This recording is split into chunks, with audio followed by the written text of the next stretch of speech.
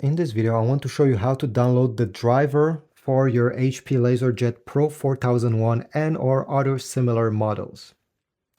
So the first thing you need to do, and the easiest, is to go on Google and simply type the name of your printer, HP LaserJet Pro 4001N, and then type driver.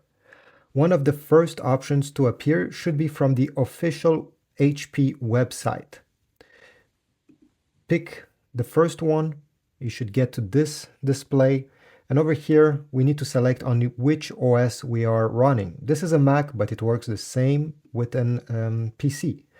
So select on which OS you're currently, select the version, and then press submit. Then down below you should go and select driver, and right over here you're going to get the driver. Select download and wait until it's downloaded, double click on it, and you'll be able to install it, and everything should run nicely after that. Thanks for watching. Leave a like, subscribe, comment, and I'll see you in the next video.